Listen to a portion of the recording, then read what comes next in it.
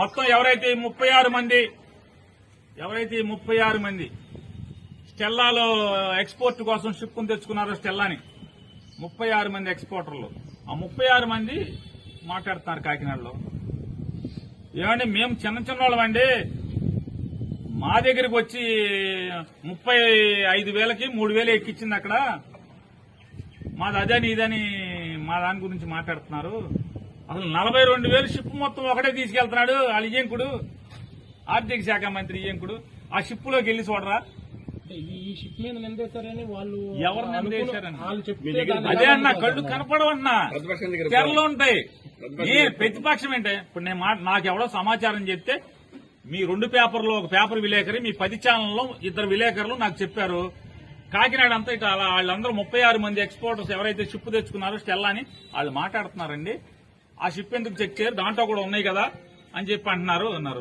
అది కనపడదా వినపడదా అని అడుగుతున్నాను. నేను మాట్లాడేదే కంప్లైంట్ గా తీసుకోండి అంటున్నాను.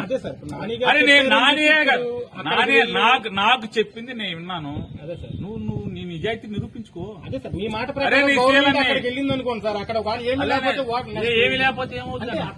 ఏమి లేకపోతే ఏమవుద్ది అలాగే ఏమీ లేకపోతే ఏమవుద్ది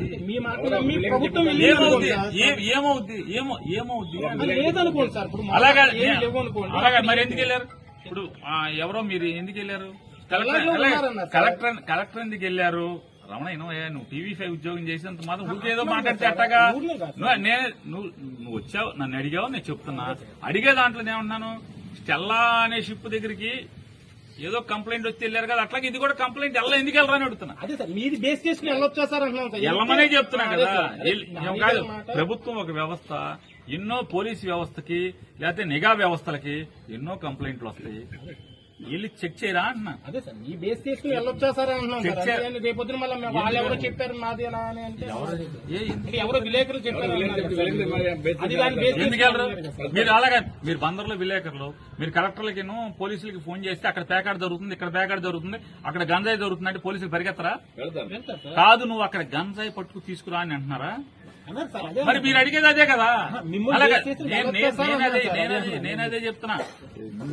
మీకు మీ విలేకరులే కాకినాడ నుంచి నేను మాట్లాడితే నాతో చెప్పారు సార్ ఇలా జరుగుతుంది. అనకపోతే అలా కాదండి, నిఘా వ్యవస్థలు ఏం చేస్తాయి?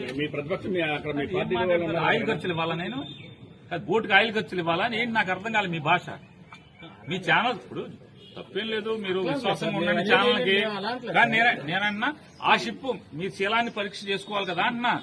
మేము నిజాయితీగా ఉన్నాం, నిష్పక్షపాతంగా ఉన్నాం, ఎవరికైనా చట్టం ఒకటే మా ప్రభుత్వంలో అని చెప్పి మీరు చూపించాలి కదా అని అంటున్నాను. మీరు వెళ్ళాలి కదా, ఎందుకు వెళ్ళరు అని అడుగుతున్నాను. ఈ మాట నాకు ఆ కాకినాడ వాళ్ళు చెప్పారు, కాకినాడ నుంచి మీడియా మిత్రులు చెప్పారు, వేరే వాళ్ళు చెప్పారు. నేను మిమ్మల్ని అడుగుతున్నాను, వెళ్ళండి, మీ శీలాన్ని నిజాయితీగా నిరూపించుకోండి. కెన్స్టార్ దగ్గరికి ఎందుకు వెళ్ళరు? కెన్స్టార్ ఒకడే కదా మొత్తం. దాంట్లో ఏమీ లేవని ఎవడన్నా సర్టిఫికేట్ ఇచ్చాడా? ఇప్పుడు ఒక చోట 2 లారీలు పార్క్ చేసి 2 లోడింగ్ జరుగుతుందండి ఎక్స్పోర్ట్ కి.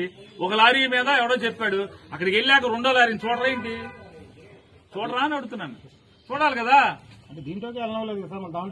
అదే తప్పు అంటున్నా. అదే తప్పు మాట్లాడుతున్నారు మీరు. ఈ డ్రామా మాట్లాడొద్దంటున్నా.